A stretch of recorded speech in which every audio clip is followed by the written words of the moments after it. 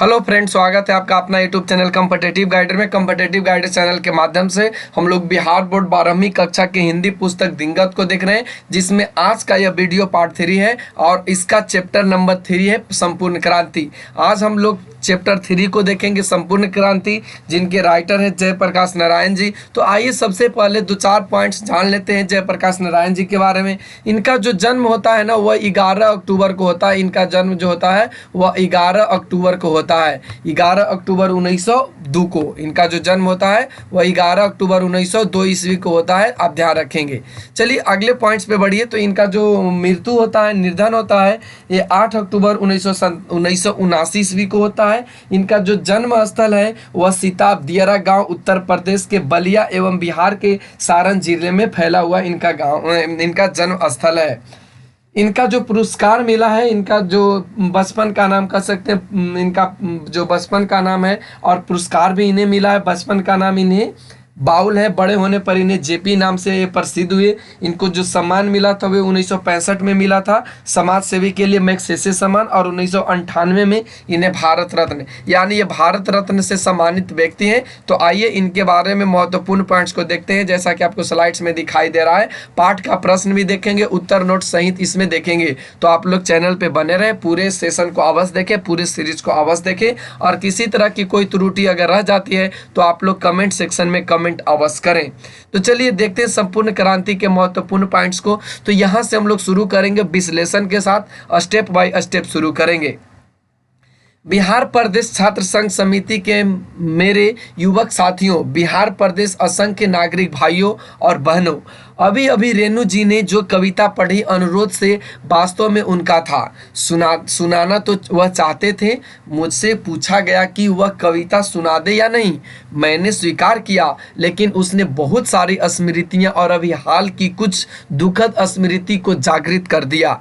इससे हृदय भर उठा। आपको शायद मालूम न होगा कि जब मैं बेल्लौर अस्पताल के रवाना हुआ था तो जाते समय मद्रास में 2 दिन अपने मित्र श्री ईश्वर अय्यर के साथ रुका था। तो ये अपने बताते हैं पॉइंट्स को लेकर। तो पॉइंट्स पे बढ़ते हैं। अगले पॉइंट्स यहाँ से हम लोग आगे बढ़ेंगे कि वहाँ दिनकर जी गंगा बाबू मिलने आए थे, बल्कि गंगा बाबू तो साथ ही रहते थे और दिनकर जी बड़े प्रसन्न दिखे। उन्होंने अभी हाल की कुछ कविताएं सुनाई और मुझसे कहा कि आपने जो आंदोलन शुरू किया है, जितनी मेरी आशाएं आपसे लगी है, मैं देखता हूँ तालियां तालियां तलियां, देखिए यहाँ से, मैं देखता हूँ तालियां या तलियां हरगिज न बजाइए, मेरी बात चुपचाप सुनिए, ये वे कहते हैं।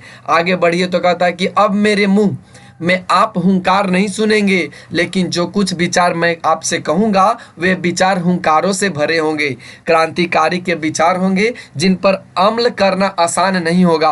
अमल करने के लिए बलिदान करना होगा, कष्ट सहना होगा, गोली और लाठियां का सामना करना होगा, जेलों को भरना होगा, जमीन की कुर्की होगी, यह सब होगा। यह क्रांति है मित्रों, और संपूर्ण क्रांति है।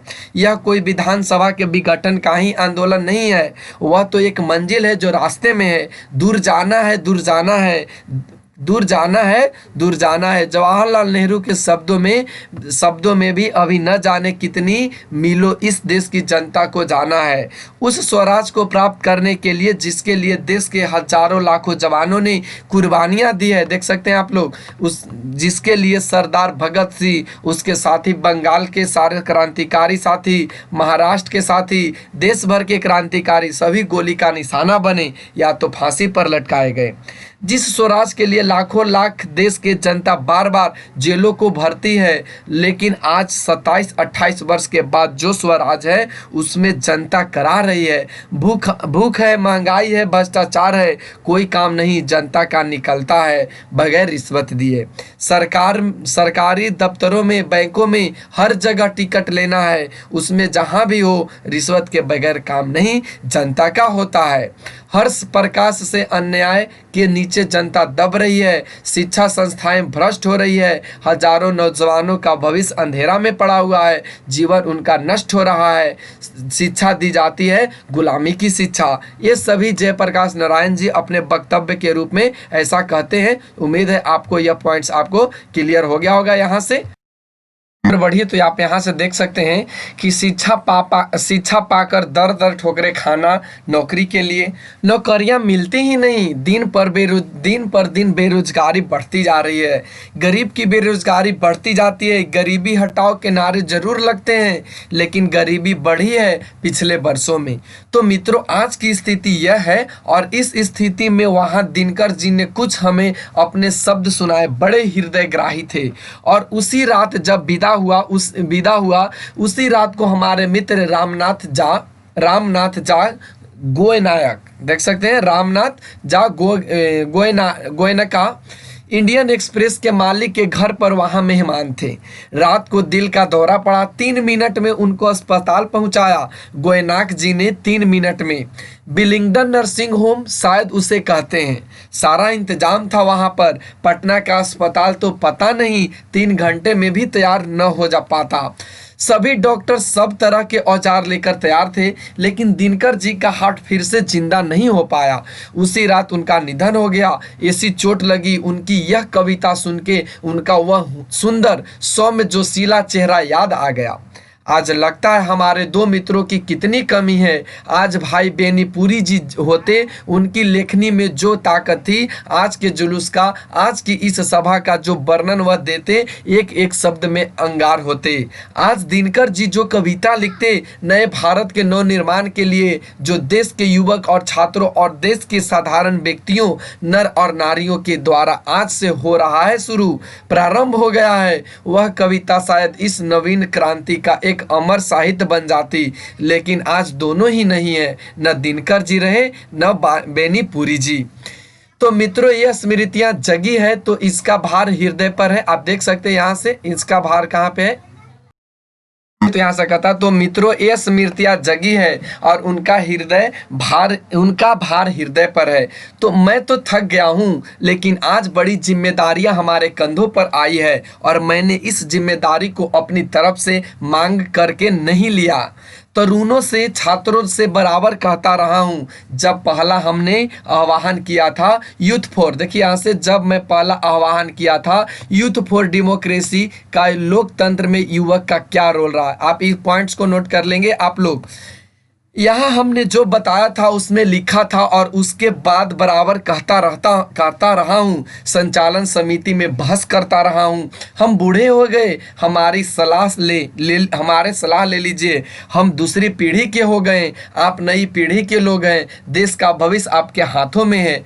उत्साह है आपके अंदर, शक्ति है आपके अंदर, जवानी है आपके अंदर, आप नेता बनिए, मैं आपको सलाह दूंगा। तो छात्रों ने कहा, जयप्रकाश जी, मार्गदर्शन से काम नहीं चलेगा, आपको नेतृत्व स्वीकार करना पड़ेगा। मैं टहलता रहा, लेकिन अंत में बेलौर जाते समय मैंने उनके आग्रह को स्वीकार किया। स्वीकार करते समय मैंने अनुभव किया अपनी अयोग्यता का, और नम्रता पूर्वक यह स्वीकार किया। परंतु छात्रों से भी, आप सबसे भी यह अनुरोध है कि नाम के लिए मुझे नेता नहीं बनना है। मुझे सामने खड़ा करके और कोई हमें डिटेक्ट करे पीछे से कि क्या करना है। जयप्रकाश नारायण, तुम्हें तो इस नेतृत्व को कल मैं छोड़ देना चाहूंगा।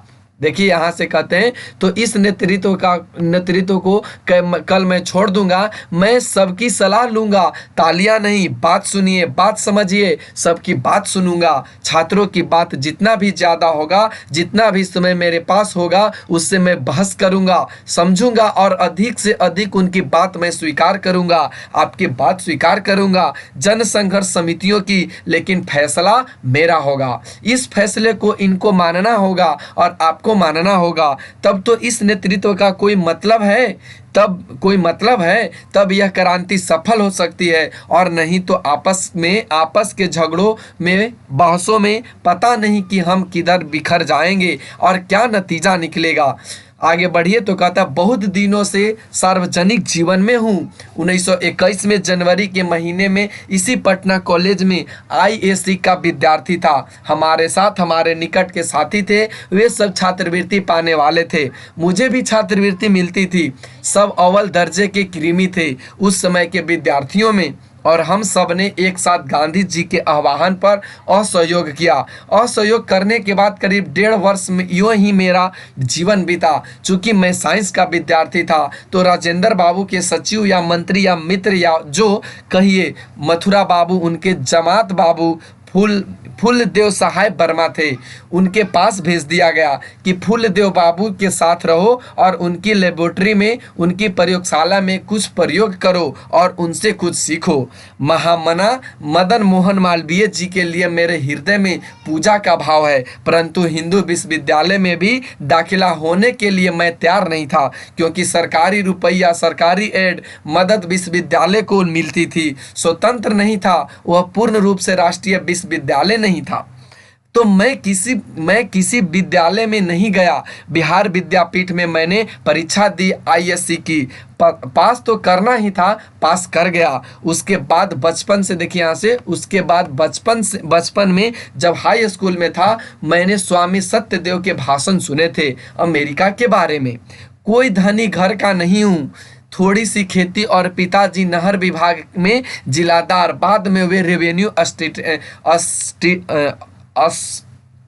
असिस्टेंट, बाद में रेवेन्यू असिस्टेंट हुए। नॉन गजटेड अफसर थे। उनकी हैसियत नहीं थी कि मुझे अमेरिका भेजे। तो मैंने सुना था कि अमेरिका में मजदूरी करके लड़के पढ़ सकते हैं। मेरी इच्छा थी कि आगे पढ़ना है मुझे। आंदोलन तो गिराव पर आ गया है, चढ़ाव पर था, उतर चुका है। इस बीच अमेरिका से कुछ शिक्षा प्राप्त करके आ जाऊं, इसलिए अमेरिका गया। कुछ लोग हैं जो हमारे पता नहीं कि उनके किस नाम से पुकारूं। मुझे आज बरसों से गालियां देते रहे। कितनी गालियां मुझे दी है। चूंकि अमेरिका में मैंने पढ़ा इसलिए मैं अमेरिका का दलाल बना हूं। निक्सनों को दे दो तार, जयप्रकाश की हो गई हार, ये नारे लगाए गए। देखिए यहाँ से ये कहते हैं कि मैं अपने जीवन में इतना स्ट्रगल किया कि कह नहीं सकते हो आप। मेरे जो जीवन था उसमें किसी तरह मैंने पटना विश्वविद्यालय से आईएससी किया। उसके बाद मुझे इच्छा हुआ कि मैं अमेरिका जाऊं, क्योंकि एक व्यक्ति थे जो कहते थे अमेरिका के बारे में चर्चा करते थे। तो इतना मेरे पास पैसा भी नहीं था कि मैं अमेरिका जा सकूं, क्योंकि जो मेरे पिताजी थे वे एक रेवेन्यू असिस्टेंट हो गए, उसके बाद फिर गस्टेड अफसर बने थे। लेकिन मेरे पास उतना ऐसा नहीं, मेरे पिताजी के पास उतना हैसियत नहीं था कि वे अमेरिका भेजे। लेकिन मैंने ऐसा सुना था कि मजदूरी करके भी पढ़ाई पढ़ा जा सकता है। चलिए आगे के पॉइंट्स में देखिए तो कहता है, मित्रों अमेरिका के बागानों में मैंने काम किया, कारखानों में काम किया, लोहे के कारखानों में काम किया, जहां जानवर मारे जाते हैं उन कारखानों में काम किया। जहां यूनिवर्सिटी में पढ़ता था, छुट्टियों के काम करके इतना कमा लेता था कि कुछ खाना हम 3-4 विद्यार्थी मिलकर पकाते थे और सस्ते में हम लोग खा पी लेते थे। एक कोठरी में कई आदमी मिलकर रहते थे, रुपया बचा लेते थे, कुछ कपड़े खरीदने, कुछ फीस के लिए, और बाकी हर दिन रविवार को भी छुट्टी नहीं। 1 घंटा रेस्तरां में, होटल में या तो बर्तन धोया या वेटर का काम किया, तो शाम को रात का खाना मिल गया, दिन का खाना मिल गया। किराया कहाँ से मकान का हमको आया। बराबर 2-3 लड़के कितने वर्षों तक, दो चरपाई नहीं थी कमरे में, एक चरपाई पर मैंने और कोई न कोई अमेरिकन लड़का रहता था। हम दोनों साथ साथ सोते थे। एक रजाई हमारी होती थी। इस गरीबी में मैं पढ़ा हूँ। इतवार के दिन या कुछ ऑड टाइम में यह जो होटल का काम है उसको छोड़ करके जूते साफ करने का काम शू शाइन पार्लर में उससे ले करके कमोड साफ करने का काम होटलों में करता था। वहाँ जब बीए पास कर लिया और स्कॉलरशिप मिल गई, 3 महीने के बाद असिस्टेंट हो गया डिपार्टमेंट का। ट्यूटोरियल क्लास लेने लगा तो कुछ आराम से रहा। इसी बीच इन लोगों से पूछिए, मेरा इतिहास ये जानते हैं और जानकर भी मुझे गालियां देते हैं।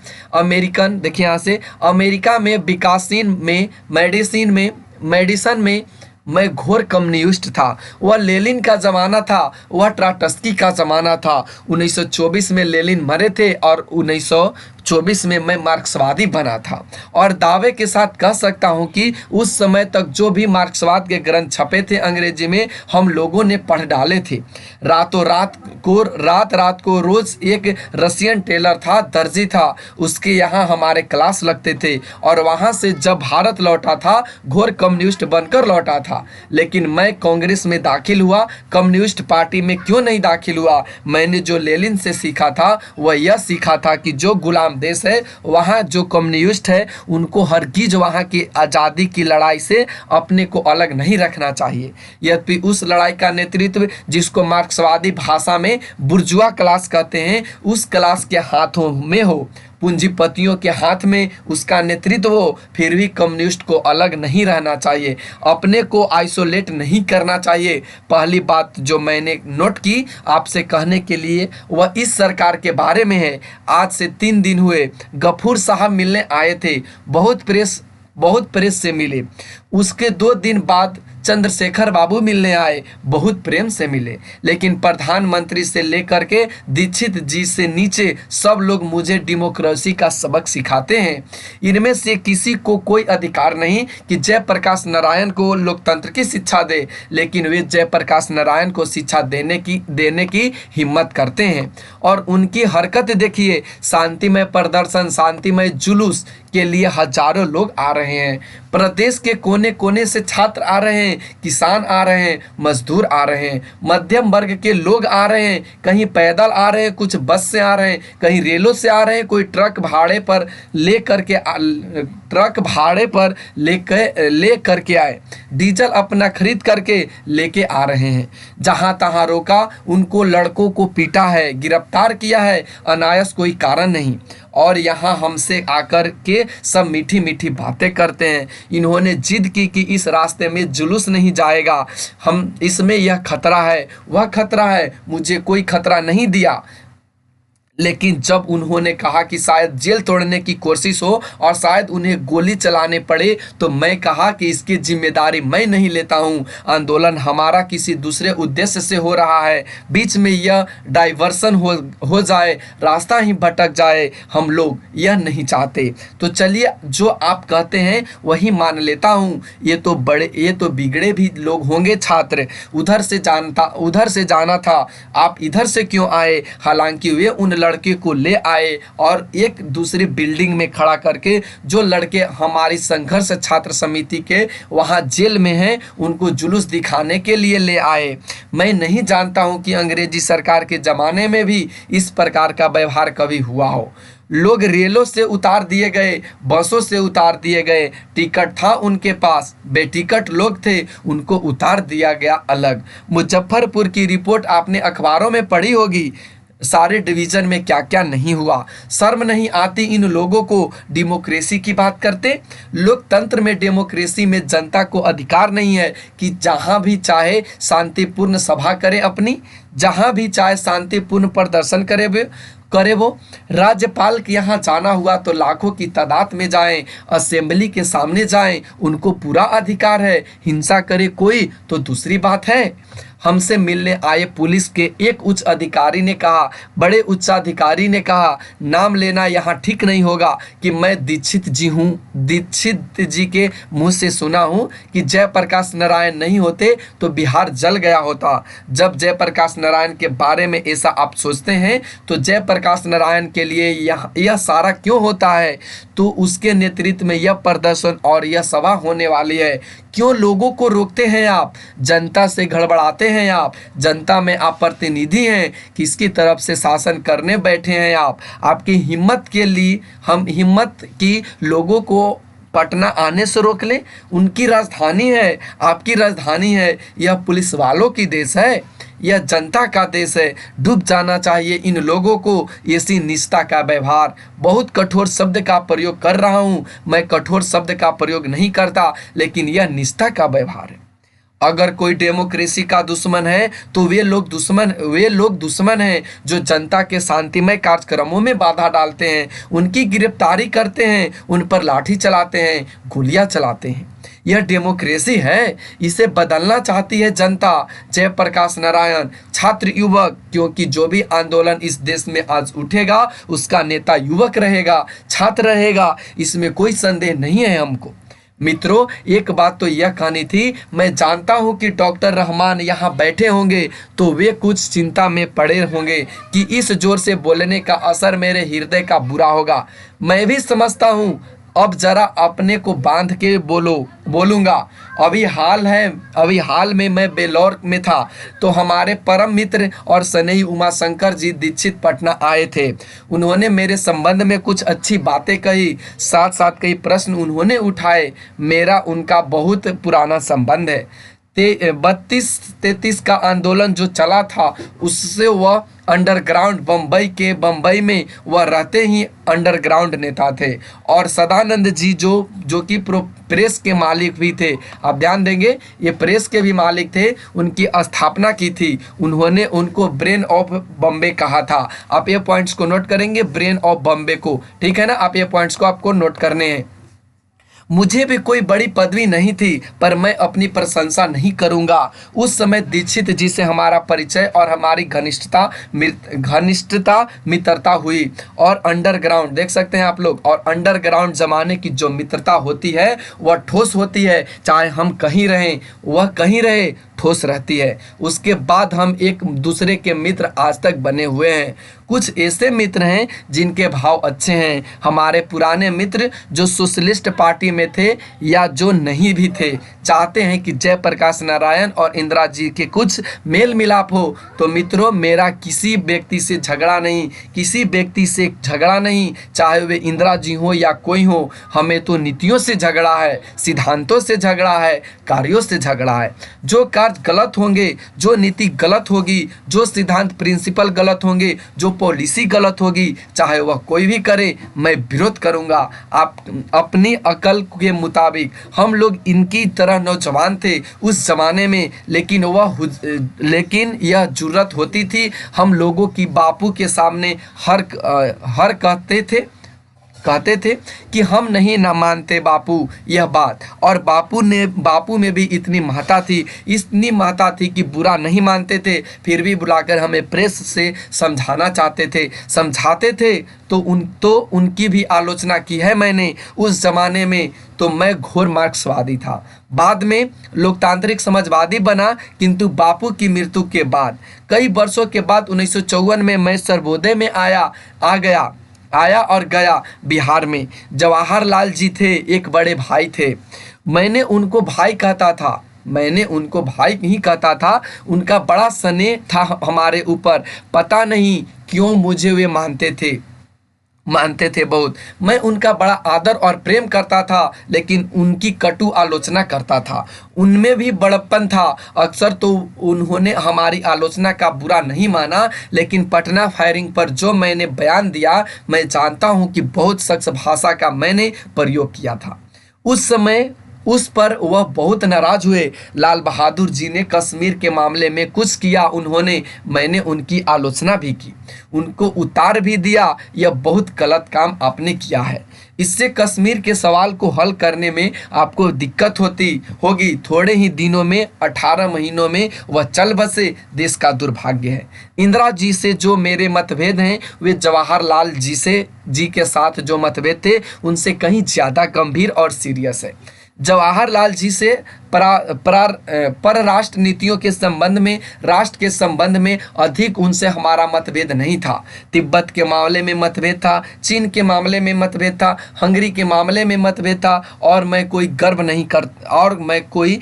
नहीं करता हूँ। मैंने उस समय जो आलोचना की, हंगरी के मामले में जो कुछ कहा, जवाहरलाल जी को बाद में मानना पड़ा। तिब्बत के बारे में मेरी बात तो नहीं मानी उन्होंने, लेकिन जब चीन ने उनको धोखा दिया तो उस धोखे के कारण उनके हृदय को ऐसी चोट लगी कि 2 बरस में चल गए, संभल नहीं सके। ऐसा घाव लगा जब चीन ने आक्रमण कर दिया। वह कभी उम्मीद नहीं करते थे, आशा नहीं करते थे कि चीन ऐसा करेगा। थोड़ी इनकी भी गलती थी। तो परराष्ट्र नीतियों के संबंध में मतभेद था उनसे, अंतर्देशीय प्रश्नों में नहीं था उनका उतना मतभेद। आज अब एक बात ले लीजिए जिसके चलते बहुत ज़्यादा करप्शन राजनीति में है, वह क्या है? इलेक्शन का खर्चा, चुनाव का खर्चा। करोड़ों रुपए वे चुनाव पर खर्च करेंगे। एक तरफ गरीबी हटाओ का नारा लगाएंगे, समाजवाद का नारा लगाएंगे, और यह सब रुपया ब्लैंक मार्केटियर लोग से आप हरकत करेंगे। अनअकाउंटेड मनी, करोड़ों रुपये जिसका कोई हिसाब नहीं, कोई किताब नहीं। आज से नहीं, बरसों से मैं पुकार रहा हूँ कि भाई इस चुनाव की पद्धति में आमूल परिवर्तन होना चाहिए। चुनाव का खर्च कम करना चाहिए अगर चाहते हैं आपकी गरीब उम्मीदवार खड़ा हो सके, मजदूर उम्मीदवार खड़ा हो सके, किसान उम्मीदवार खड़ा हो सके। गरीब पार्टी, जो गरीब की पार्टी है, वह अपने उम्मीदवार खड़ा कर सके। सुनता है कोई? प्रेस रिपोर्टों से पता चलता है कि इस आंदोलन के द्वारा मैं दल विहीन लोकतंत्र की स्थापना करना चाहता हूं। दल विहीन लोकतंत्र सर्वोदय विचार का मुख्य राजनीतिक सिद्धांत है और उस विचार का प्रचार पिछले वर्षों में मैं करता रहा हूं। अगर ग्राम सभाओं के आधार पर दल विहीन प्रतिनिधित्व स्थापित हो सके, इतना प्रयत्न भी करता रहा हूं। परंतु वर्तमान आंदोलन के संदर्भ में मैंने दल विहीन लोकतंत्र का जिक्र कतई नहीं किया। फिर भी मेरे पुराने विचार को लेकर जनता में, विशेषकर बुद्धिजीवियों में काफ़ी भ्रम फैलाया गया। केवल अपने कम्युनिस्ट भाइयों के भ्रामक प्रचार की सफाई के लिए इतना ही कहूँगा कि दल विहीन लोकतंत्र तो मार्क्सवाद तथा लेनिनवाद के मूल उद्देश्यों में है। यद्यपि वह उद्देश्य दूर का है। मार्क्सवाद के अनुसार समाज जैसे जैसे साम्यवाद की ओर बढ़ता जाएगा, वैसे वैसे राज स्टेट का क्षय होता जाएगा और अंत में एक स्टेटलेस सोसाइटी कायम होगी। वह समाज अवश्य ही लोकतांत्रिक होगा, बल्कि उसी समाज में लोकतंत्र का सच्चा स्वरूप प्रकट होगा और वह लोकतंत्र निश्चय ही दल विहीन होगा। जब स्टेटलेस सोसाइटी, शासन मुक्त समाज बनता जाता है तो वह शायद ही दलयुक्त होगा। आश्चर्य है कि कम्युनिस्ट बंधुओं को अपने इस मूल सिद्धांत का विस्मरण होगा। जहां तक वर्तमान आंदोलन का प्रश्न है, मेरी यह अन्य किसी की न छात्रों की, न विपक्षी राजनीति दलों की, न सर्वोदय सेवकों की यह कल्पना है कि इसमें दल विहीन लोकतंत्र पैदा होगा। विधानसभा का विघटन हो जाएगा तो 6 महीने या वर्ष भर में फिर चुनाव होंगे जो वर्तमान कानून या चुनाव प्रणाली के अनुसार होंगे। विधानसभा के विघटन से संभावना तो यही है कि वर्तमान कानून तथा नियम आदि के अंतर्गत ही पूर्ण निर्वाचन होगा। इसलिए प्रश्न उठता है, जैसा कि पिछले सप्ताहों में कई बार उठा भी है, कि उस हालत में विधानसभा के विघटन से क्या लाभ होगा। मुझे खेद है कि इसका उत्तर पिछले दिनों मैंने बार बार दिया है, पर उसको समझने की कोशिश थोड़े ही लोगों ने की। इसलिए बार बार मुझको यह सवाल होता है कि जयप्रकाश नारायण वर्तमान चुनाव पद्धति और विधानसभा के चुनाव का कौन सा विकल्प पेश कर रहे हैं। मेरा अपना विकल्प चूंकि नए ढंग का है, जो घिसे पीटे राजनीतिक चिंतन से भी भिन्न है, इसलिए वह लोगों की समझ में नहीं आती। अगर मैं यह कह दूं, देखिए यहाँ से, अगर मैं यह कह दूं कि मेरा विकल्प यह है कि मैं इस आंदोलन और संघर्ष में से एक नई पार्टी का निर्माण करूंगा, तो सब लोग मेरी बात आसानी से समझ लेंगे और उसके बाद मेरी आलोचना शुरू हो जाएगी कि यह आदमी केवल अपनी सत्ता के लिए छात्रों और जनता के आंदोलन का दुरुपयोग कर रहा है। लेकिन जब मैं कोई नई बात कहता हूँ तो उसको समझने की कोशिश कम होती है या नहीं होती है। तो क्या है मेरा कहना संक्षेप में यह है कि आज की परिस्थिति में आम जनता को, आम मतदाता को केवल इतना ही अधिकार प्राप्त है कि वह चुनाव में अपना मतदान करें, परंतु मतदान प्रक्रिया न तो स्वच्छ और स्वतंत्र होती है, न उम्मीदवारों के चयन में मतदाताओं का हाथ होता है और न चुनाव के बाद अपने प्रतिनिधियों पर उनका कोई अंकुश ही रहता है। मैं इन दोनों कमियों को दूर करने का प्रयत्न कर रहा हूं। अपना देश पिछड़ा हुआ है, इसके बावजूद इसके लिए हमने लोकतंत्र की स्थापना की है। विकसित देशों के लोकतंत्र समाज में जो प्रति प्रभावित शक्तियां, यानी परस्पर एक दूसरे से प्रभावित करने वाली शक्तियां होती है, जनमत का जो प्रबल प्रभाव प्रतिनिधियों पर निरंतर पड़ता है, जो स्वतंत्र और साहसी प्रेस पत्रिकाओं के रोल होते हैं, शिक्षित समुदाय का जो वैचारिक और नैतिक असर होता है, इस सारे इंफ्रास्ट्रक्चर का, यानी जनता और शासन के बीच की संरचना का यहाँ नितांत अभाव है। ऐसी स्थिति में हमारा लोकतंत्र केवल नाम मात्र का रह जाता है और इसी पूरी अंतरिम संरचना का इंफ्रास्ट्रक्चर का निर्माण तो एक दिन में नहीं हो सकता, परंतु उसके अभाव में आम जनता या मतदाता मतदान के सिवा कोई भी पार्ट अदा नहीं कर सकता, जिसके परिणाम स्वरूप मंत्री या विधायक निरंकुश और स्वच्छंद हो जाते हैं और जनता का किसी प्रकार का अंकुश उन पर नहीं रहता, सिवा इस भय के कि अगले चुनाव में जनता यदि चाहे तो उनको वोट नहीं दे, परंतु यह भय भी रुपया, जाति, बल प्रयोग, मिथ्याचरण आदि के निष्प्रभाव हो जाता है। अब चूंकि प्रदेश के छात्र, युवा और सर्वसाधारण जनता जागृत हो गई है, वह आगे बढ़ रही है और कुछ नया चाहती है, वर्तमान परिस्थिति में परिवर्तन चाहती है। अतः इस परिस्थिति का लाभ उठाकर मैं चाहूँगा कि आज जो असंगठित जनता है उसमें ऐसी शक्ति आ जाए कि वह सही आदमी का चुनाव कर सके तथा चुनाव के बाद अपने प्रतिनिधियों के आचरण पर यथासंभव अंकुश रख सके। इस संबंध में कुछ सुझाव है। एक तो यह है कि जब विधानसभा का अगला चुनाव हो तो हमारी छात्र संघर्ष तथा जन संघर्ष समितियां मिलकर के आम राय से अपना उम्मीदवार खड़ा करें, अथवा जो उम्मीदवार खड़े किए जाए उनमें से किसी को मान्य करें। यदि इन समितियों के बीच आम राय नहीं होती तो हम कोई ऐसा रास्ता बनाएंगे जिससे आपके फुट हुए बगैर ये समितियां अपना उम्मीदवार खड़ा कर सकेंगी या किसी एक उम्मीदवार को अपनी मान्यता दे सकेंगी। इस प्रकार के चुनाव में जनता का एक बहुत बड़ा पार्ट होगा, यानी जनता और जनता की संघर्ष समितियां उम्मीदवार के चयन में अपना महत्वपूर्ण रोल अदा करेगी। दूसरी बात यह है कि जो भी उम्मीदवार अमुक चुनाव क्षेत्र से जीतेगा उसके भावी कार्यक्रमों पर कड़ी निगरानी रखने का काम ये संघर्ष समितियां करेगी, और अगर उस क्षेत्र का प्रतिनिधि गलत रास्ता पकड़ता है तो उनकी इस्तीफा देने को बाध्य करेंगी। इस प्रकार से जनता का अंकुश इन लोगों के ऊपर होगा और आज की तरह निरंकुश और स्वच्छंद वे नहीं रह पाएंगे।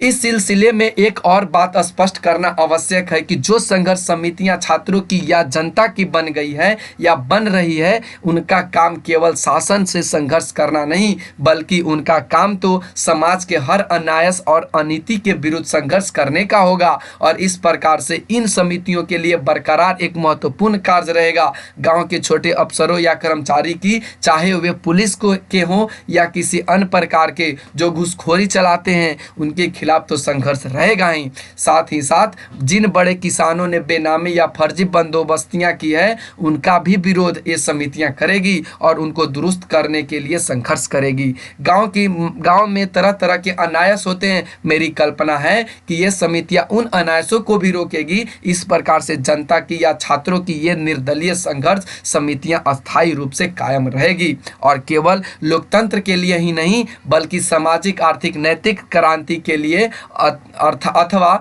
संपूर्ण क्रांति के लिए एक बहुत ही महत्वपूर्ण कार्य करेगी। तो उम्मीद है यह पॉइंट्स आप लोगों को, आज का सेशन आपको पूरे समझ में आया होगा। तो आज हम यहीं तक रखेंगे। इससे संबंधित प्रश्न आपको एक सीरीज में दिया जाएगा। जैसे कि यहाँ से क्वेश्चन देखिए, कहा गया है कि आंदोलन के नेतृत्व के संबंध में जयप्रकाश नारायण के क्या विचार थे, आंदोलन का नेतृत्व में किस शर्त पर स्वीकार करते हैं। अगर आप लोग वीडियो को पूरा देखेंगे ना, अगर वीडियो को आपने पूरा देखा होगा तो उम्मीद है आपको यह समझ में आया होगा कि वे किस तरह से आंदोलन करना चाहते थे और उनका आंदोलन पर क्या विचार था। तो इसका टेस्ट सीरीज किया जाएगा, इसका ऑब्जेक्टिव क्वेश्चन का भी सीरीज चलाया जाएगा। तो आप लोग चैनल पे बने रहें। अगर इसका पीडीएफ चाहिए तो आप टेलीग्राम से जुड़ सकते हैं और वहां से आप इसका पीडीएफ डाउनलोड कर सकेंगे। तो आज के लिए इतना ही। Thanks for watching, take care, bye bye. Channel पे नए हैं तो चैनल को सब्सक्राइब करके अवश्य जाना और एक लाइक तो ठोक कर ही जाना। बस आज के लिए इतना ही।